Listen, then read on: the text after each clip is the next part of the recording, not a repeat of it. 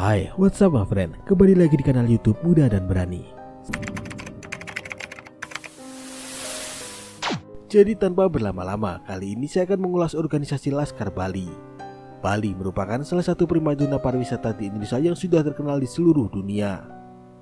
Selain terkenal dengan keindahan alam, terutama pantainya, Bali juga terkenal dengan kesenian dan budayanya yang unik dan menarik. Namun di lain sisi, di Bali indahnya Pulau Dewata tetap tidak terlepas dengan adanya ormas-ormas yang bergerak untuk menjaga keamanan dan ketertiban. Laskar Bali merupakan sebuah ormas terbesar sekaligus paling disegani di Bali, yang mana meski Laskar Bali merupakan sebuah organisasi kemasyarakatan, namun banyak pihak menganggap sepak terjang Laskar Bali lebih dianggap seperti sebuah gangster.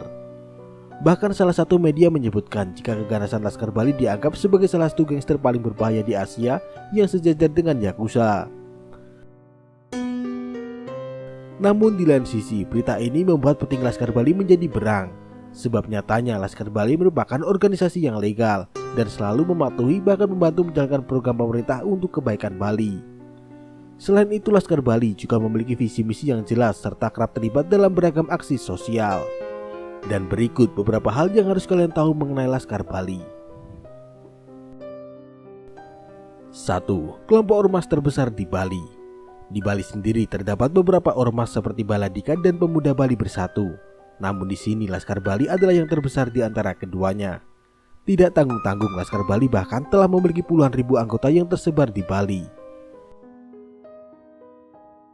2. Sempat dikabarkan sebagai gangster paling berbahaya di Asia.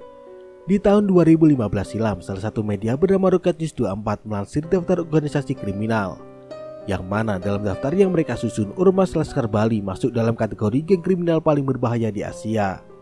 Tidak main-main, organisasi ini pun disejajarkan dengan geng Jeppan Yamaguchi Gumi dan Cina Striat. Dalam hal ini, Laskar Bali dinilai telah meneror bisnis pariwisata lewat aksi memalak yang ekstrim. Situs Rocket News pun juga memetakan ada 5 geng besar di Pulau Dewata, tapi Laskar Bali adalah penguasanya. Laskar Bali telah menjalin banyak kontrak pengamanan dengan restoran dan klub malam di kawasan wisata di Bali, mulai dari Kuta, Legian hingga Seminyak yang dijaga oleh anggota Laskar Bali. Dan sang penulis juga menjelaskan jika ia juga mendapatkan informasi dari salah seorang narasumber yang sebut saja Ketut, bahwa warga lokal pun tidak suka dengan sepak terjang Laskar Bali karena mereka terkesan sangat berkuasa. Namun di lain sisi, salah seorang pengguna jasa Laskar Bali yang bernama Wayan menilai jika ormas ini tidak berbahaya. Dan pemilik restoran di Pantai Sanur itu merasa bisnisnya aman berkat bantuan Laskar Bali.